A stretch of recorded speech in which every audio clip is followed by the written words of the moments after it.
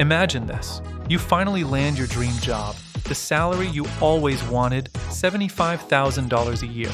The initial excitement is palpable, a rush of achievement and financial security.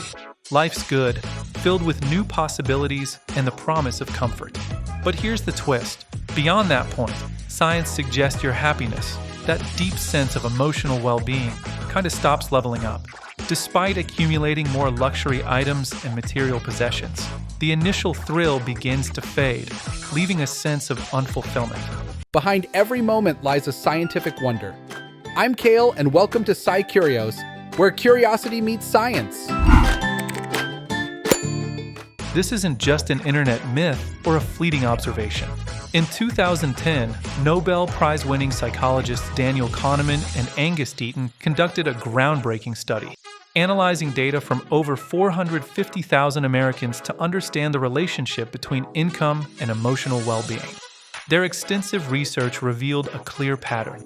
Happiness generally increases with income, providing a sense of security and reducing daily stressors. However, this positive correlation holds true only until you hit around $75,000 a year.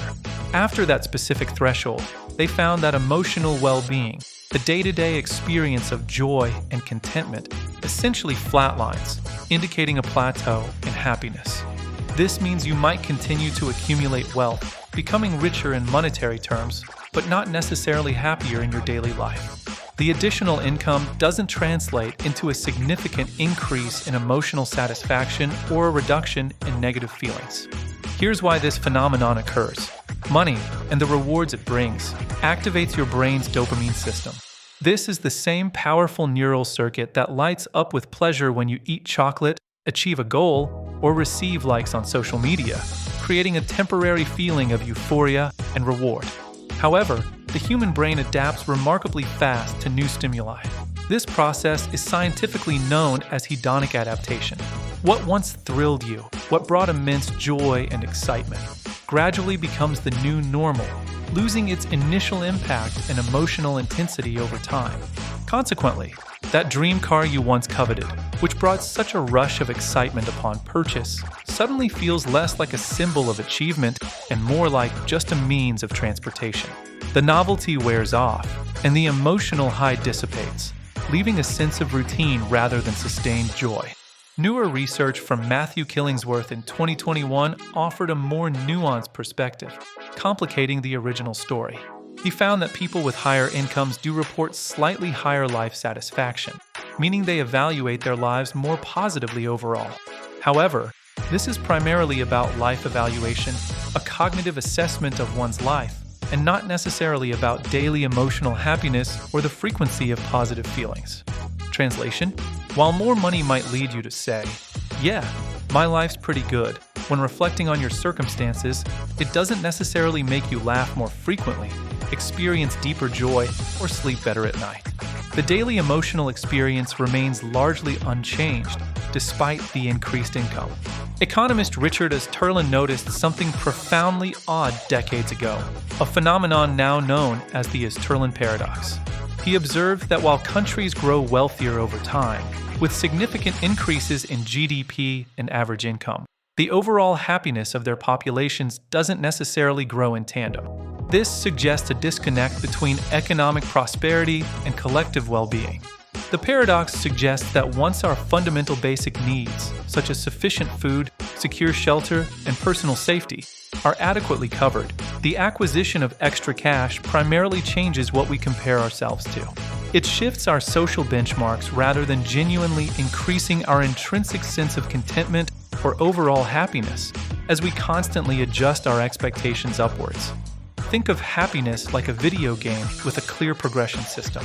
Once you've successfully unlocked the essential levels of comfort and security, the money XP you accumulate from additional income largely stops adding significant joy points to your overall happiness score. There's a diminishing return on emotional investment from purely financial gains. Beyond that financial threshold, true and lasting happiness primarily comes from non-material perks and intrinsic rewards. These include a strong sense of autonomy over your life, a clear purpose that drives you, deep and meaningful love, and the invaluable gift of time to pursue what truly matters. And here's the kicker. Relentlessly chasing more money can actually come at the significant cost of those very essential things that contribute to genuine well-being.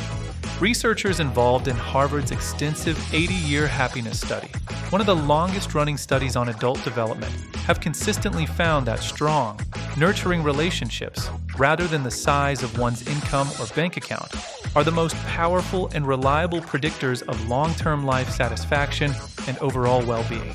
These social connections provide a crucial buffer against life stresses. So, while money certainly matters, its primary importance lies in alleviating financial worries and providing a foundation of security. After that crucial point, the richest and most valuable currency you possess isn't cash, but rather time well spent on meaningful activities with loved ones and in pursuit of personal growth. Therefore, perhaps true happiness isn't found in securing a bigger paycheck or accumulating more wealth, but rather in cultivating a better perspective on what truly enriches life. The ultimate happiness equation isn't about how much you make, but about the profound realization that you already have enough to live a fulfilling and contented life. Be honest with yourself. Would you still relentlessly chase more money if you knew, definitively, that it wouldn't make you any happier in the long run? Tell us your thoughts and insights in the comments below. And if you found this exploration of money and happiness interesting and thought-provoking, please hit the subscribe button for more science-backed insights into how your brain truly works and what genuinely contributes to human well-being. Science is everywhere if you just know where to look. Thanks for watching SciCurious. Until next time.